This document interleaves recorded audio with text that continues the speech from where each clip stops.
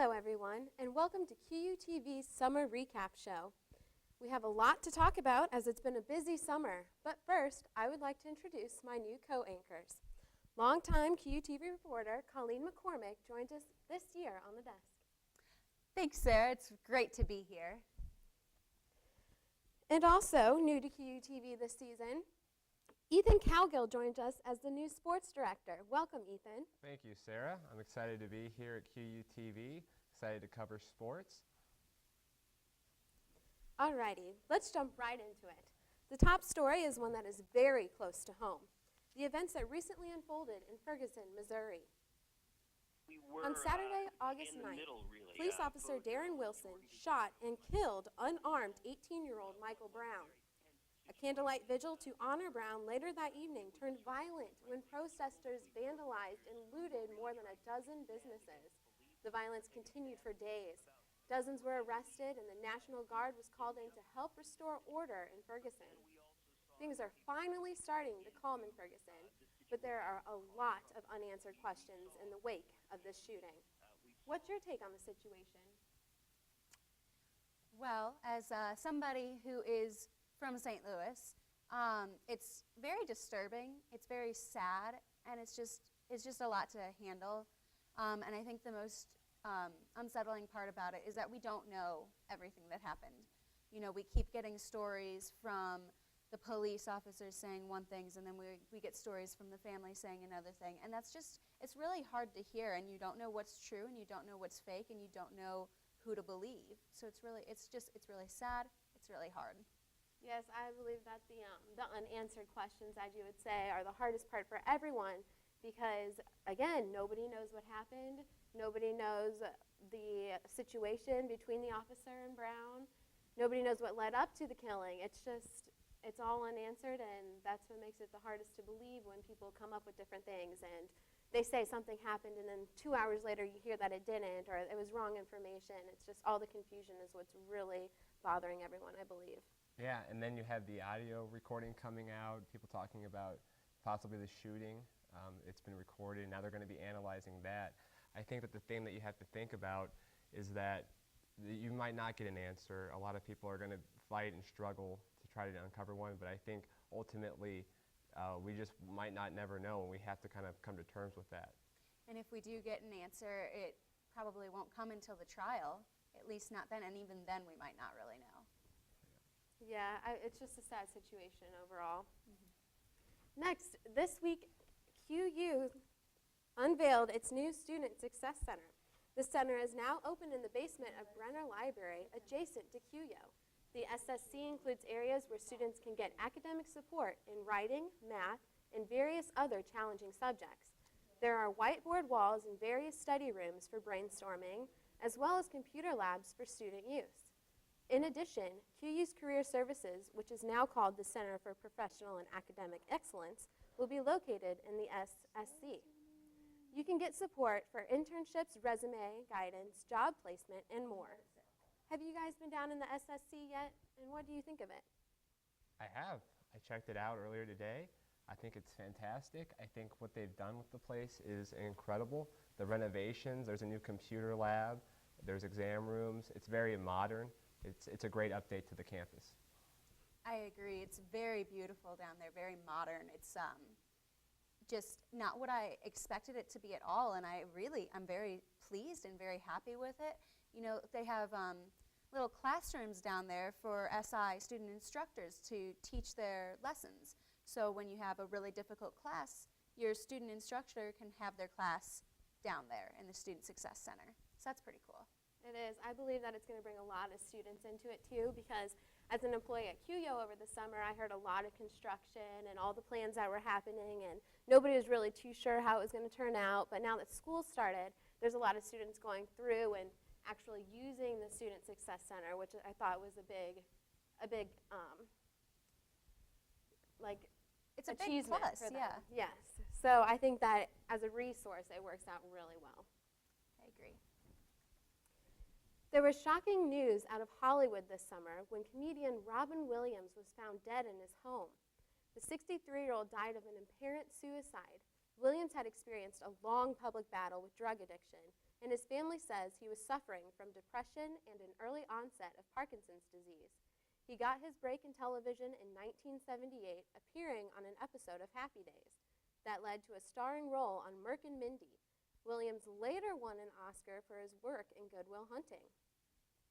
What did you think when you heard the news about Robin Williams' death? It was shocking. I was at home with my parents, looking at Twitter, and you see the tweet, and you're just like, no. And you see a lot of fake stuff on Twitter, so you learn to that can't be true. But then I looked it up, and I was like, wow, this is awful. We grew up with Robin Williams movies, Dead Poets Society, Aladdin, Good Will Hunting, all of those. It's really sad. And I believe, too, that it came as more of a shock because Robin Williams seemed to be this happy-go-lucky character on all of his movies and all of his skits, but in reality, you had to look beyond that and look at the actual person. And I don't think people usually associate or disassociate the character from the person. So when you heard of his death of suicide, it just shocked all of society because you assumed that he had been happy based on the roles that he was playing. Yeah, a lot of people hold those characteristics true. They have a hard time separating the character from the actual actor. And I think one of the things that's really interesting about Robin Williams is that he means so much to so many generations of people. He started acting in 1978. My mom watched him, I watched him, my brothers watched him. So it's just really unfortunate that he passed. Yes, let's all keep him and his family in our prayers. I agree.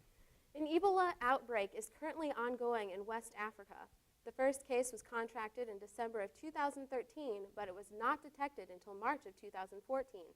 By that point, it had spread to 4 countries in West Africa. The World Health Organization, or WHO, has stated that 2,615 people have contracted the disease, and so far 1,427 people have died. Ebola is a human-to-human transmitted disease with only a 10% survival rate. Those with the highest risk to contract the disease are health workers, family members, and others in close proximity to sick or deceased patients. This is because they are most likely to touch the bodily fluids that carry the disease. The only good news about this outbreak is that so far we have had a 47% survival rate, which includes both of the American health workers who contracted the disease while caring for patients in West Africa. World health leaders are concerned about this outbreak, calling it a public health emergency of international concern. According to Boston.com, only 40% of Americans fear a U.S. Ebola outbreak. What do you think we should do, or should we be more concerned about this potential outbreak? I think it's hard to say. When you read the pieces that say, that there's so many people that are sick with it in Africa and that they're sick with it that have died from it already, it's scary. But then the 2 Americans that came home are already cured. They were only in the hospital for, 2-3 weeks, something like that. So it's curable. It's just you need the right medicine. You need some really smart doctors. You need, and it needs to not spread quickly. So since it's all the way overseas, I'm not worried about it coming to the U.S., but it is very sad for Africa, that's for sure. I think one of the most frightening things for Americans is that they are hearing that people are contracting this disease in Africa and then taking a plane and coming home to America where they're from. But one of the things that they don't know is that before they can come back to America or their home place to recover, they must be treated for 3 weeks. So then after that, they come home and they can be with their families, which I think anybody who has contracted the disease or any type of illness would want to be with their family, knowing that they have time to recover and they have support with them instead of a totally different country where they practically don't know anyone and don't really have support. So I think it's a good thing that these people are able to come home, but also that it's being 3 weeks before, just to make sure that they're in stable condition and that it is already taken care of. I think it goes back to what Colleen said about having smart doctors and being able to preempt the disease, because this is a fairly new disease for us. We are still developing vaccines here in America to try and handle it. I think the fortunate thing right now is that, or as fortunate as you can be in this scenario, is that it's mainly located in Africa. So but it's still a threat because of all the travel and people coming over. So it's something that's very difficult. We're going to have to really stay on top of it, and we're going to really need to put faith in our healthcare system in order to take care of it. It's been called the greatest terror threat to the U.S. since 9/11. The Islamic group known as ISIS now controls much of Syria and Iraq, and they recently released a chilling warning to the United States. A post by ISIS on social media warned, "We are in your state, we are in your cities," and include photos of the White House in the Old Republic building in Chicago. The warning comes on the heels of the beheading of American journalist James Foley last week.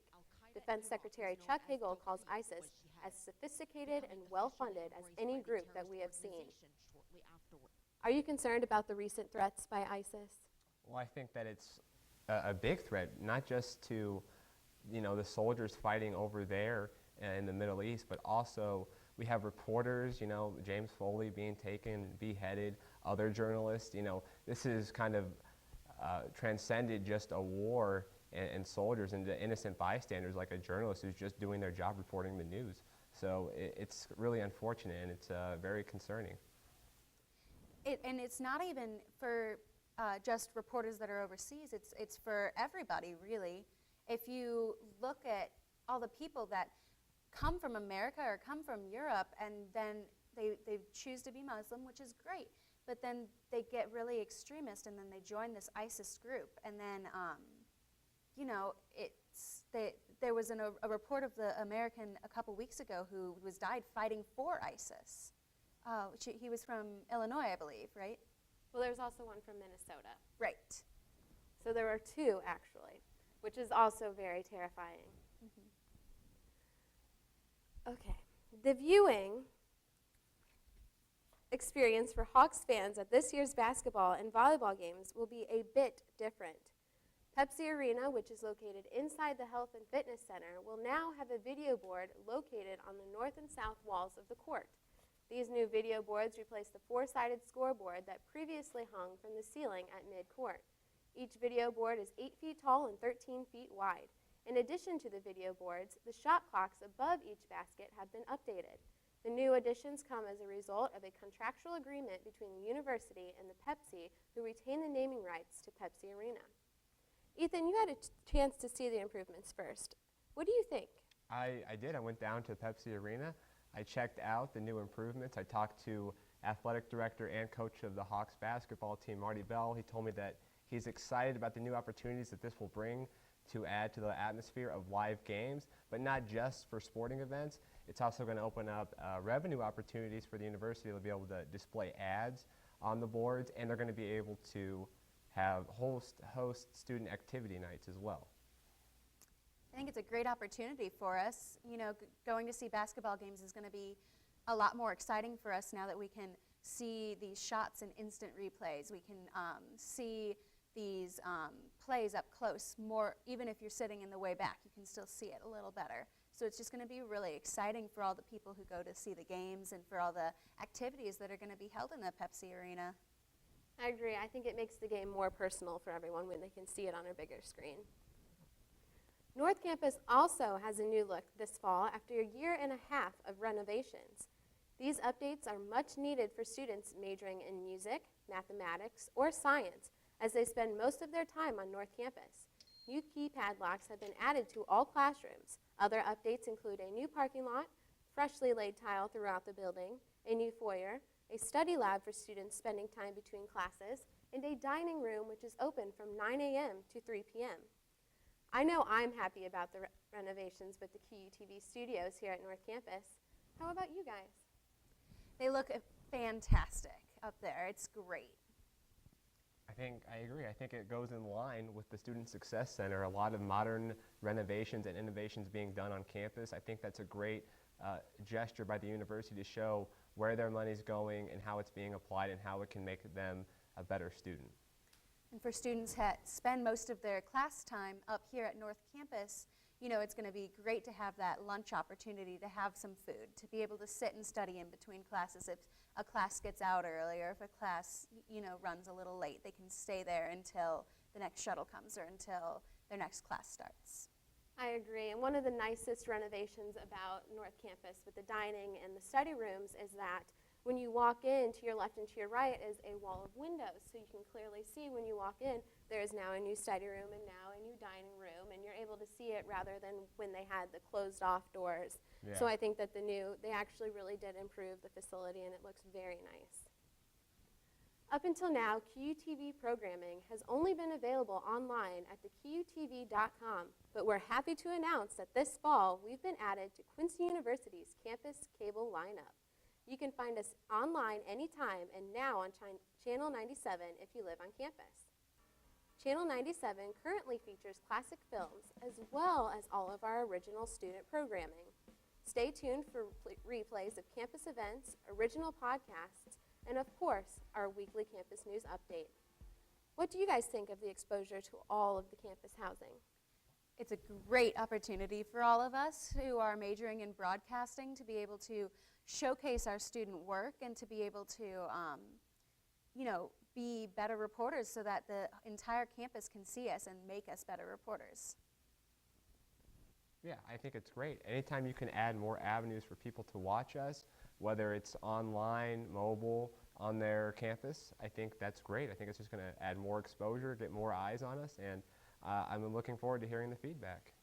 I agree, and I think that also when there's students who don't regularly watch the local news or the national news, they can tune into our own QUTV and watch the news from there. So I think it makes it more personal from the students for the students. Absolutely. For Colleen and Ethan, I'd like to thank you for joining us on our summer recap show. Remember to check us out online anytime on the QUTV.com, on Facebook, and now in the dorms on Channel 97. I'm Sarah Valkamp, reminding you, as always, to keep soaring high, Hawk.